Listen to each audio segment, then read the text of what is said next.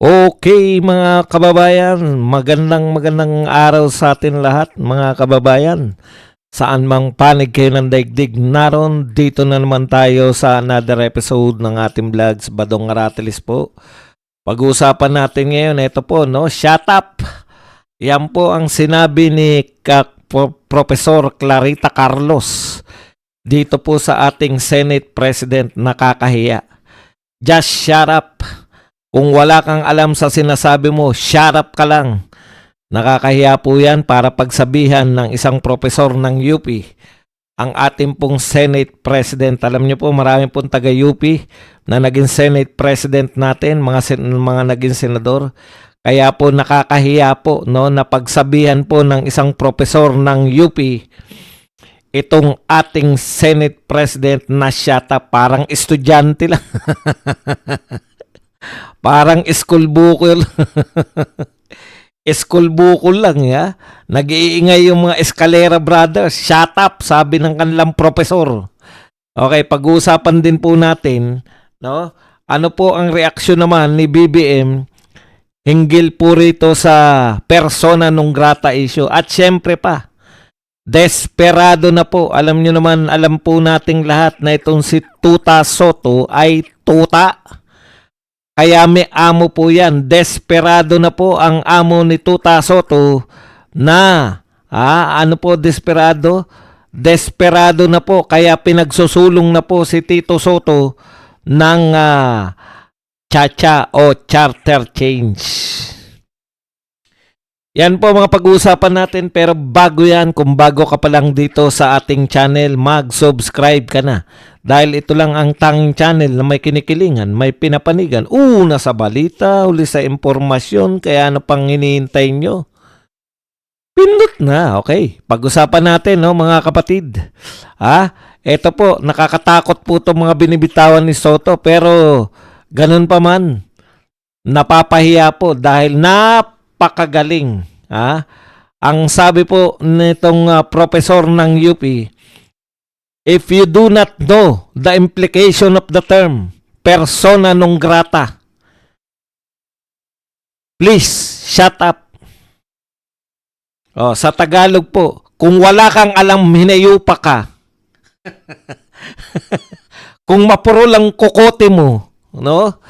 Kung ikaw ay napwesto kahit na may kakulangan ka sa pag-iisip, no? Kung ikaw ay napapwesto dahil matagal ka na lang senador, kung ikaw ay nariyan sa pagiging Senate President mo kahit may kakulangan ka sa kakayahan, may kakulangan ka sa kahusayan, shut up ka na lang. Nakakahiya. Parang pinangangaralan na maingay sa klase. Alam mo yung mga nagyayabang sa klase na wala namang alam? Shut up ka na lang, boy. Shut up ka na lang. Okay. Bakit po pinag-shut up? Live na live po tayo. Baka akala nyo hindi po tayo live. Live na live po tayo. Kaya lang mamaya po tayo magbabasa ng inyong mga komento. No? Okay. Ano po ba tong mga, bakit po hindi ayaw nang magsalita ni Professor Carlos Supalpal? Ito po ang pakahulugan. Ulitin lang natin. If you do not know the implication of the term persona non grata, please shut up. Kung hindi mo alam, Tito Soto, yung kahulugan ng persona non grata, at ang implikasyon nito, sa diplomasya, manahimik ka na lang dahil wala kang alam. Nakakahiya po, Senate President. Ngayon lang po ako nakarinig. Kahit sino po, lahat po na naging Senate President, kagalang-galang po yan. Wala pa po akong narinig na Senate President na may nagsabi sa kanya na shut up dahil wala kang alam. Kauna-unahan po to, record. Ikaw ang may kauna-unahang record na pinahiya ng isang profesor ng UP. Alam nyo po, pag naging Senate President ka,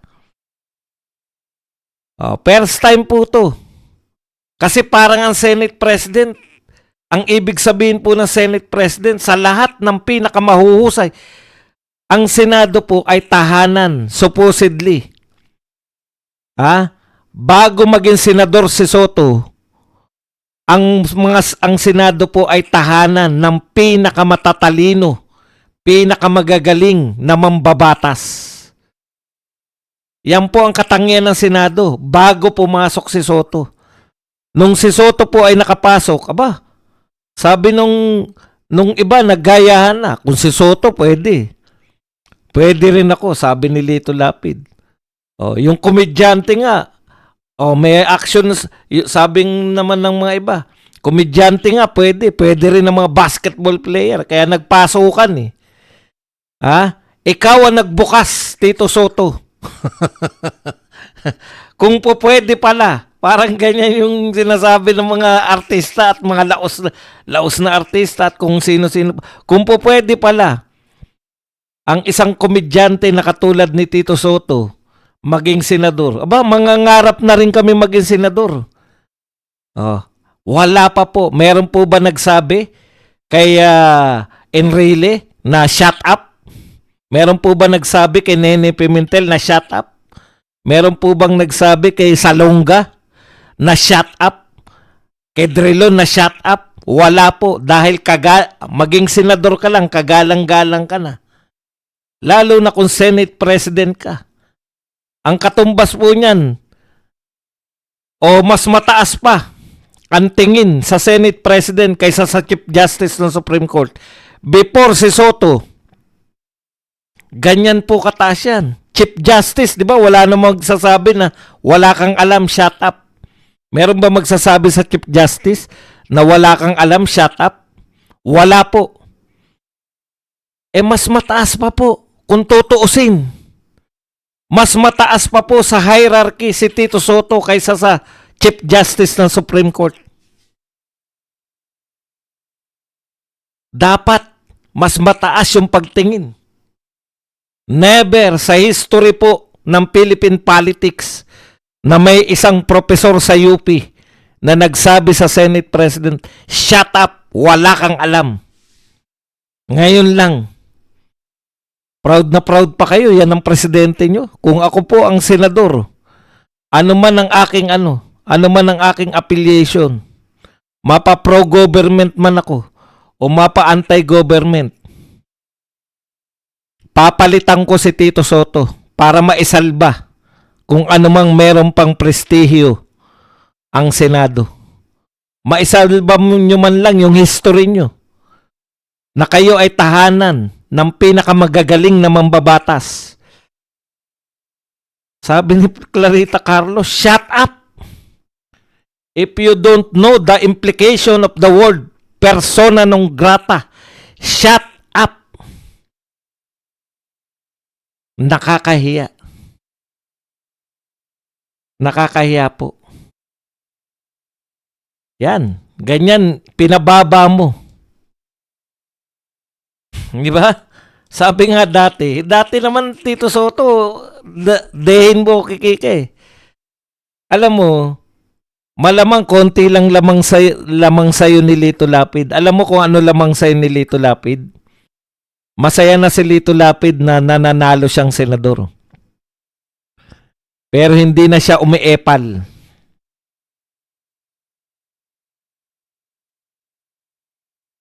Nakakahiya. Pagsabihan tapos wala siyang balik, di ba? Ano ibabalik mo kay Professor Carlos? Ako sabihan ng shut up ni Professor Carlos, may balik ako dyan. Kasi kaya wala siyang balik kay Clarita Carlos kasi baka hanggang ngayon hindi ma-process sa utak niya. Bakit ako pinag-shut up?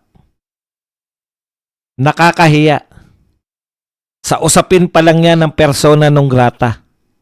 Bukas po maglalabasan kasi fresh na fresh pa ngayon yung yung magchat-chat, yung atake niya sa Supreme Court fresh pa yan Si Badong lang naman nakailang atake na sa atake niya sa Supreme Court Bukas pa yan makakaisip yung iba kung ano ipang atake. Mababagal lahat mag-isip Nangungopia pa yung iba. Ano ba yung pwedeng sabihin natin dito? Sa sa atake ni Tito Soto. Kaya sa mga atakihan, nangunguna po tayo. Mabilis tayo mag-isip eh. Hindi katulad ng Senate President nyo, sinabihan ng shut up. Hanggang ngayon, wala, dehin bokiki. Okay. Yun lang, nakakahiya maging senador ngayon dahil ang pinuno namin, sinasabi, may nagtanggol na ba kay Tito Soto? Bakit hindi nyo ipagtanggol? Putya, kinawawa kayo. Isang salita lang, nakakahiya ang buong Senado. Never before. Kahit po yung wala po. Wala pong ano.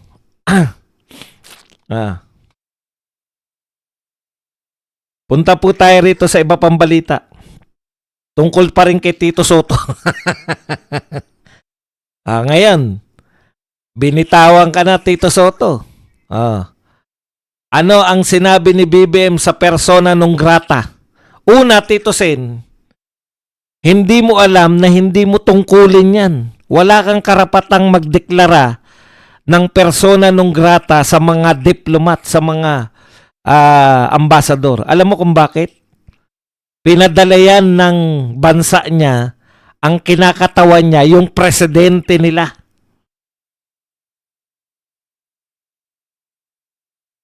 Yang ambasador, kinatawan yan. Ibig sabihin, hindi makakarating dito mayat-maya yung presidente nila. Ano man ang ikilos, ano man ang sabihin ng ambasador, mula yan kay Xi Jinping, nauunawaan mo ba yun? Kaya hindi mo alam kung ano meaning ng persona non grata, malamang eh. Nakita mo ba kung paano si BBM na yung protocol sa APEC, hindi na inalantana para lang magkaroon ng photo ops na nagkamay sila ni Xi Jinping? Di mo ba naisip yun? Gagawin ng presidente yun, makakamay lang kay Xi Jinping. Tapos, ikaw idedeklara mong persona non grata, yung representative ni Xi Jinping sa Pilipinas? O kaya ka nasasabihan ng shut up. Kaya ang tingin sa'yo ng matatalinong tao, basura ka lang. Ganun talaga eh. Ano sinabi? Kung hindi mo alam ang implikasyon ng salitang persona non grata, just shut up. Ang sakit nun. Pwede mo bang sabihin kay Miriam Defensor Santiago yan? Kahit na pinakamatalino, presidente pa ng UP, hindi makakapagsalita kay Miriam Defensor. Senate President ba si Miriam? Hindi. Hindi pa Senate President yun. Ganun kataas ang level nung panahon nila Miriam Defensor Santiago. Ang kwalifikasyon ng Senate Presidency, hindi ka lang basta pumasa sa bar.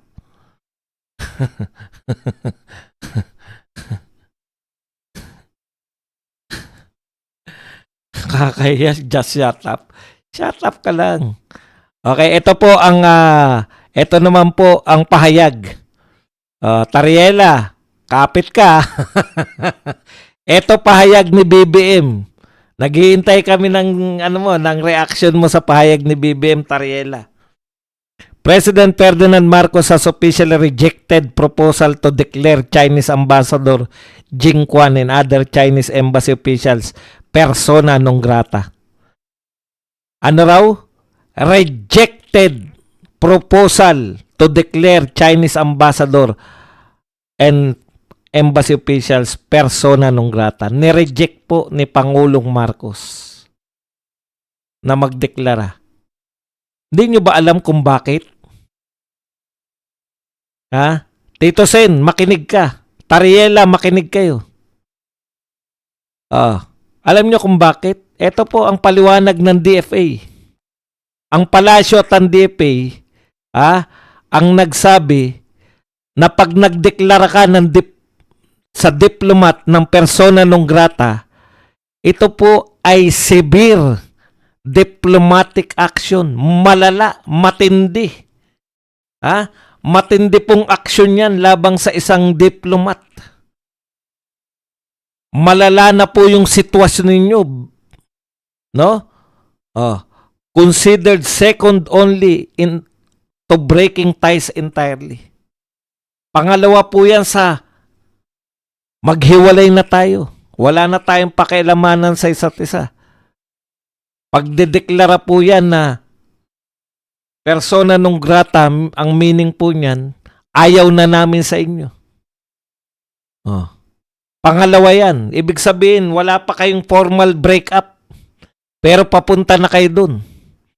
Kasi babawi yung China eh.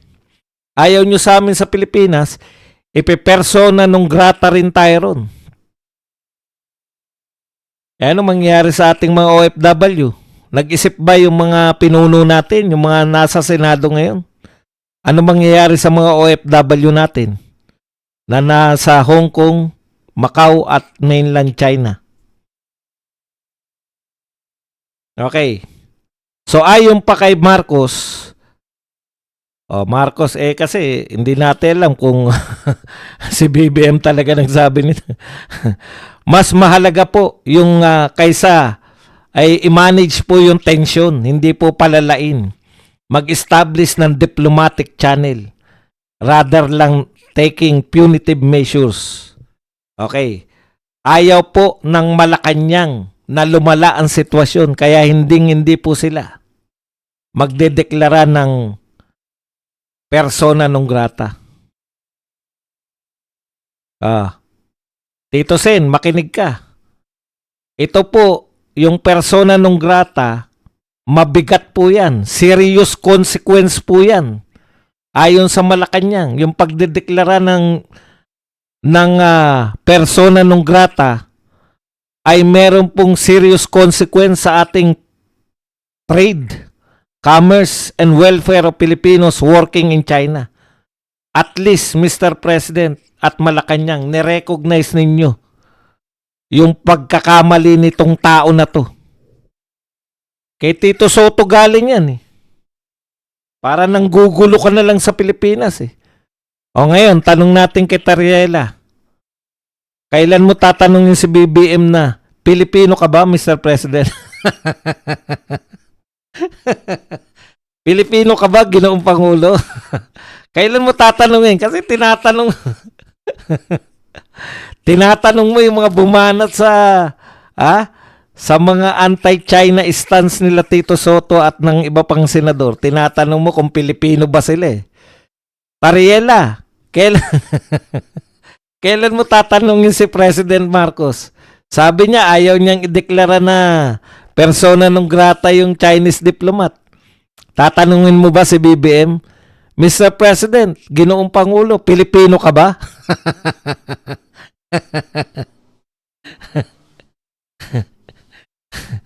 Kailan nyo tatanungin? Mabigat po kasi yan eh. Hindi nyo po. Persona non grata. Sarap na sarap siguro si Tito Soto na sabihin yung mga salitang persona non grata eh. Nung binalikan siya na shut up, wala siya maisagot eh.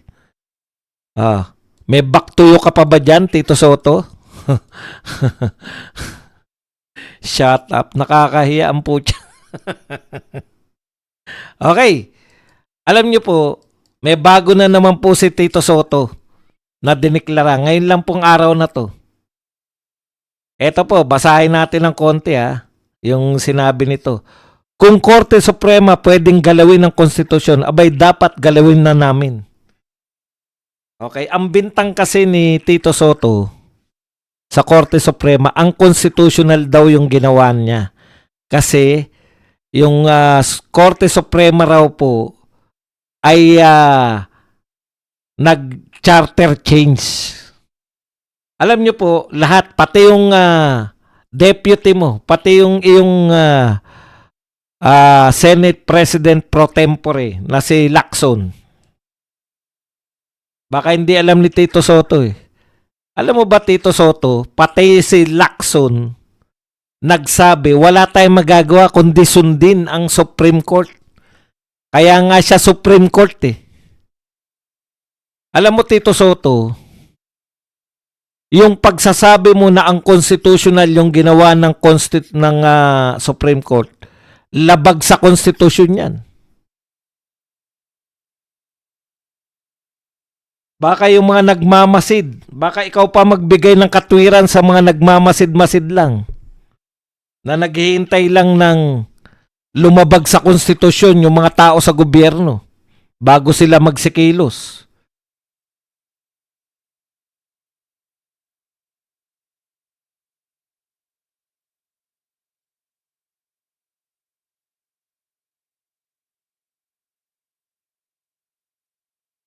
Okay.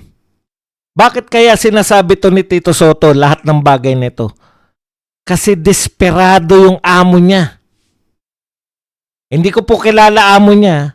Hindi ako naniniwala na kaya ni Tito Soto yan. Na may mga mabanggit ang constitutional ang ginawa ng Supreme Court. Lahat tayo, alam natin na tuta yan.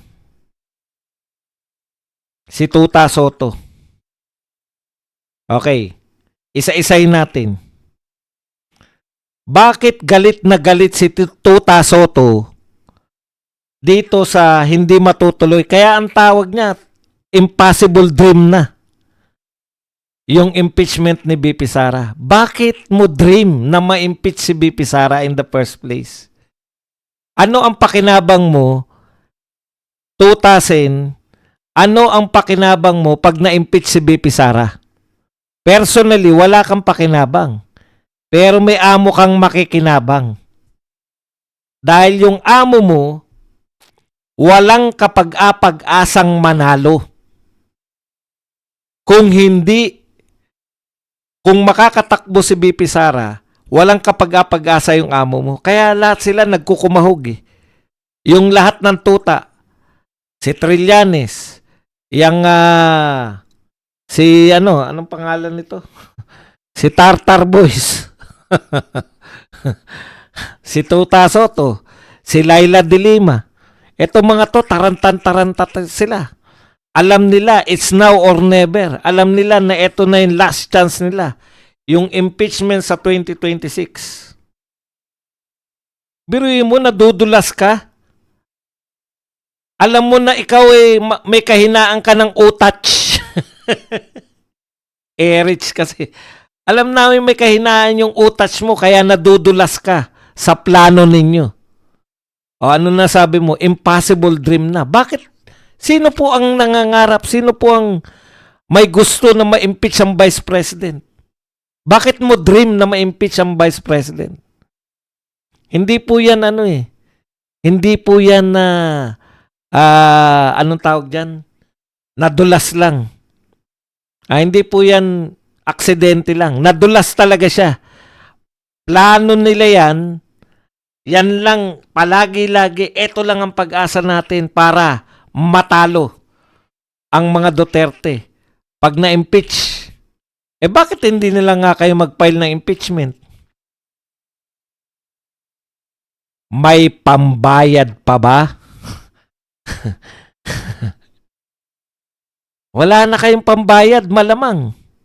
Teka nga pala, di ba si Professor Carlos malapit din sa Malacanang? Maraming malapit sa Malacanang ngayon, bumabanat na. Kaya nakikita natin mga malalapit sa Malacanang, nahahati na sila, di ba? Yung pro, kanino ba malapit si Carlos? Bakit niya binabanatan si Tuta Soto? Kanino naman malapit si Tuta Soto? Kanino malapit si Toby Chanko? Sa taga Malacanang, di ba? Ang malapit si Toby Chanko, sino na nga binabanatan ni Toby Chanko? Si Martin Romualdez. Magkakaugnay yan eh. Ha? Kanino malapit si Carlos? Out of the blue, biglang lumabas si Clarita Carlos, di ba? Sino na nga yung sinabihan ni Clarita Carlos? Thank you very much for the generous allowance. Sino yung nagbibigay ng generous allowance kay Clarita Carlos? Sa isang banda, Nakikita niyo paghati, di ba? Pare-pareho mga tutayan. Bumabanat na kay Martin. Kasi alam nila kinakailangan ng mga tao, hindi maniniwala yung tao na na walang mastermind Parang gusto ng palabasin ngayon, wala nang mastermind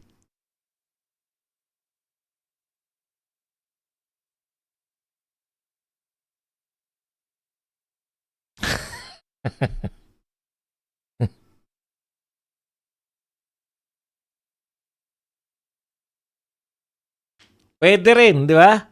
Pwede rin. Yung iniisip nyo na baka naman sabay ma-impeach si BBM tsaka si BBM tsaka si VP Sara, di siya yung presidente. Pwede rin yun. Pero bakit siya ngayon magsusulong ng charter change? Sino na nga yung nagsusulong ng ayon kay Amy Marcos? Si Martin Romualdez. Sino na nga yung nag-budget diyan sa pirma-pirma? Kaya nga doon unang nagkaroon ng maisog di ba? Yung tinutulan ng mga taga Davao, Davao is not for sale. Yung nagpapapirma sila, People's Initiative, PI. Sino tinuturo na utak ng PI? Para saan ng PI? Para magkaroon ng charter change. Before, si Carlos malapit kay Romualdez, hindi po. Ang nagbibigay ng, sino yung pinasasalamatan ni Clarita Carlos ng generous allowance?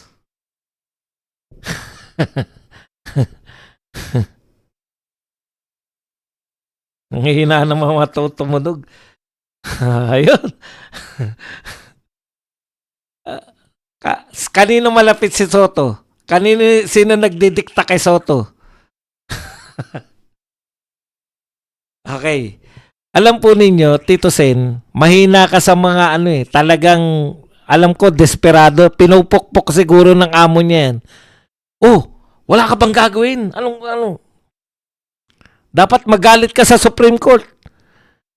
Yung mga nagdemanda po sa Supreme Court o yung motion for reconsideration sa Supreme Court, tinanggap na nila. Bagamat, ganito po ang sabi nila, bagamat hindi sila sang-ayon, kinakailangan nilang sumunod. Yan po ang dialogue ng mga attorney. Kasi pag dineklara po nila na mali yung Supreme Court, tatanggalan sila ng Supreme Court na i-disbar sila ng Supreme Court pag sila po nagsabi na mali ang Supreme Court. Very basic po yan sa lahat po na nag-aaral ng law.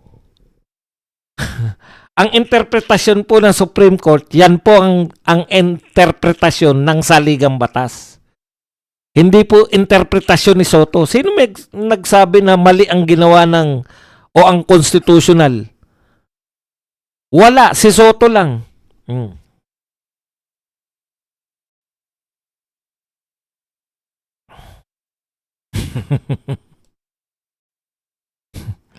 Okay. Ngayon, ito po. Ano po ang reason ngayon ni Tito Soto bakit gusto niyang baguhin ang saligang batas?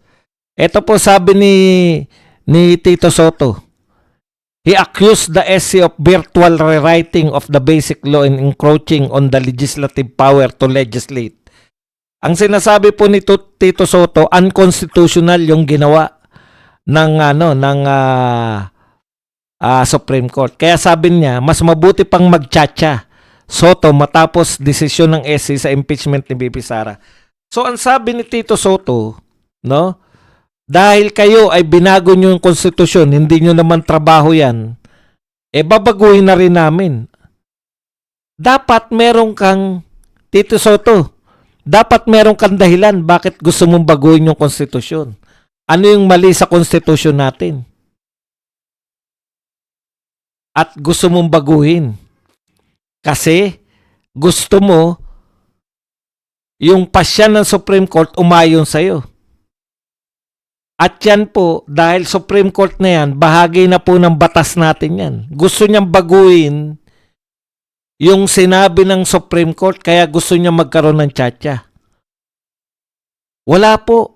Ang mapapaboran lang niyan yung amo mo. Ano ba yung purpose ng pagtsatsyatya? Dahil malabo na. Tansya ni Tito Soto dahil binasura na nila yung yung naunang impeachment. Malabo nang pumirma yung maraming mga congressman ngayon. Baka hindi na matuloy yung impeachment ni BP Sara. Pag hindi natuloy yung impeachment ni BP Sara,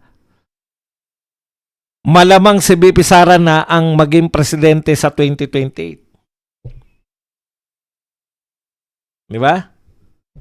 Kaya gagawin ni Tito Soto ang lahat. Kung hindi na ubrang mapa-impeach si BP Sara, baguhin na lang natin ang saligang batas para mawala na yung presidente at prime minister na lang. Kaya sino po ang may pangunahing makikinabang pag nagbago ng saligang batas? Yung amo ni Tito Soto. Hindi naman siya makikinabang niyan dahil Senate President siya eh. Pangatlo siya sa Hindi rin naman siyang mananalong Prime Minister. Kaya desperate move yan. Walang kaabog-abog. Bigla nilang kinatwiran. Kumbaga, gagawin nila, pinasama nila yung Supreme Court, sinabi nila na mali ang Supreme Court. Ang tanong, naniniwala ba yung tao sa iyo na Supreme Court ang mali?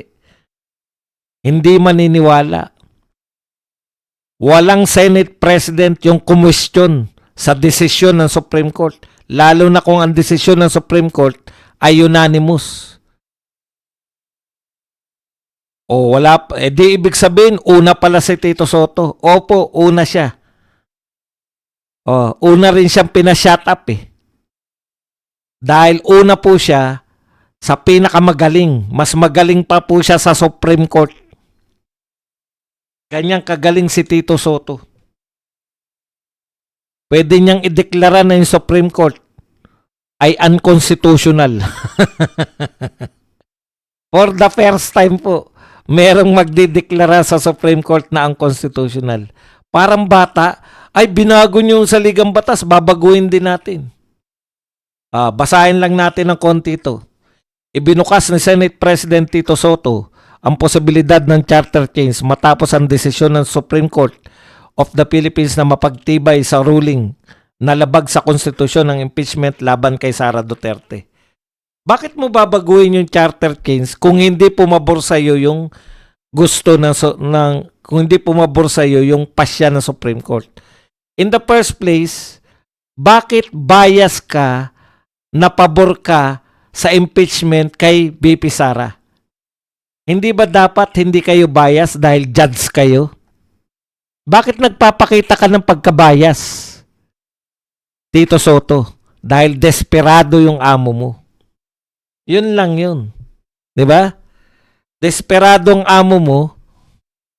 Alam mo, mahirap yan nangangamuhan Pwede kang pagalitan, pwede kang magtrabaho nang hindi naaayon sa'yo. Ayon ko Soto, labis ang kanyang pagkadismaya sa naging pasya ng Korte Suprema na ay panghimasok sa kapangyarihan ng legislatura, lalo na't ang impeachment ay malinaw na tungkulin ng Kongreso. Bakit? Pinigilan ba kayong mag-impeachment? Hindi naman sinabi ng Korte Suprema na bawal na mag-impeachment Ang sinabi ng Korte Suprema, mali yung ang pinasa sa inyo, unconstitutional, yung ika-4 na impeachment. Ano nangyari doon sa una, ikalawa at ikatlo? Samantalang ang linaw na isang impeachment lang ang pwedeng entertain. Pang-4 yun kasi nga binasura. Bakit binasura? Sinabi ba sa konstitusyon? Basahin mo Tito Soto. Pag may nagpasa ba ng impeachment, ang sinabi sa konstitusyon, pwedeng itabi ng House of Representatives at mamili. Hindi naman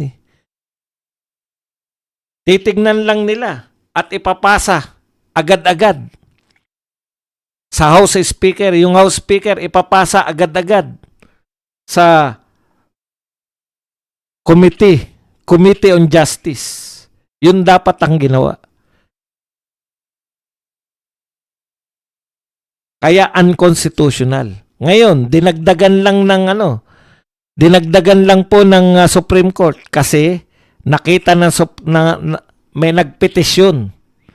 Yung kampo nila BP Sara, pinitisyon, nakalagay sa petisyon, paano mangyayari na pumipirma yung mga congressman na hindi nila nababasa yung impeachment, yung mga articles of impeachment. Bakit nila napipirmahan? Kaya nilinaw ng Supreme Court, kinakailangan dumaan yan dyan sa Committee on Justice para sigurado kami na alam ng congressman yung kanilang pinipirmahan. Oh, anong mali ron, Tito Sen? Ano ang illegal doon sa ginawa ng Supreme Court? Lahat yun naaayon sa batas.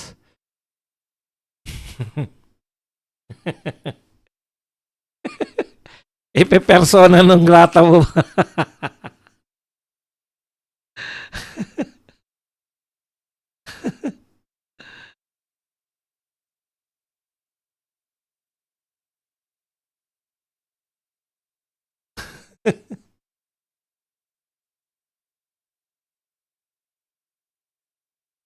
Sa tingin mo ba, Tito Soto, meron na naniniwala sa'yo na Korte Suprema ang lumabag sa batas? Putya, katarantaduhan nyo. Pag ang Korte Suprema pa po lumalabag sa batas, wala na po. Sino po magsasabi na lumalabag sa batas yung Korte Suprema?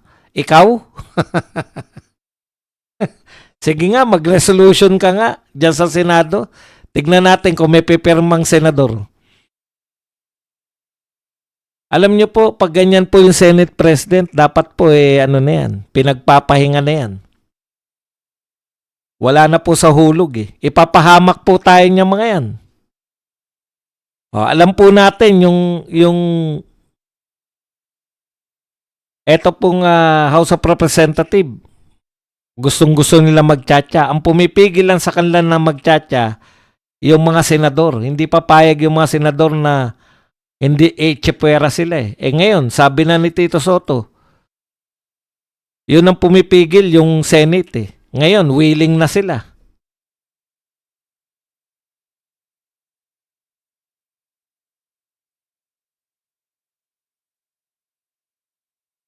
Ipipersona ng lata. Nakakahiya. Nahihiya ako para sa mga senador.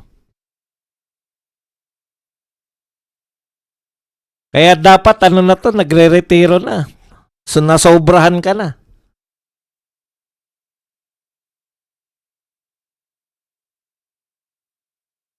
Actually, hindi bagong Senate President yung gusto natin. Gusto natin sundin yung batas. Yung rule of succession. Pag hindi po kaya ng presidente, kahit temporary, anong tawag doon? Incapacitated. Yung temporary incapacitated po pala, kasama ron yung ooperahan ka.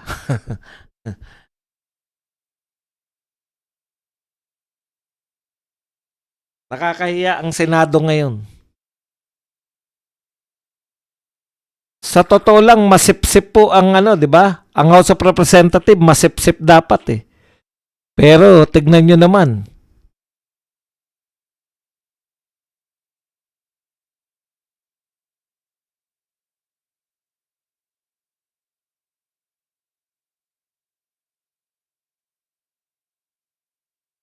Kahit ilang araw lang po yan. Kaya ayaw po nilang ayaw po nilang yung ipalabas. Alam nyo, malaki po kasalanan nyo. Kayo po mga taga St. Luke's, kinakailangan makonsensya kayo kung talagang malala ang sakit ng Pangulo. Huwag nyo pong ilihim yan at nakasalalay po dyan. Kita nyo, baka biglang anytime magalit na yung China sa pinagagawa ng mga to, hindi maawat ni BBM.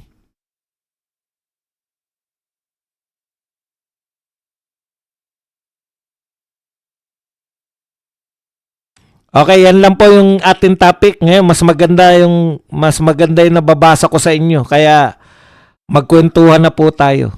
Puro yabang kasi si Tuta Soto. Kahit na anong gawin. Pwede na po kayo magpakape, mag-komento, magtanong.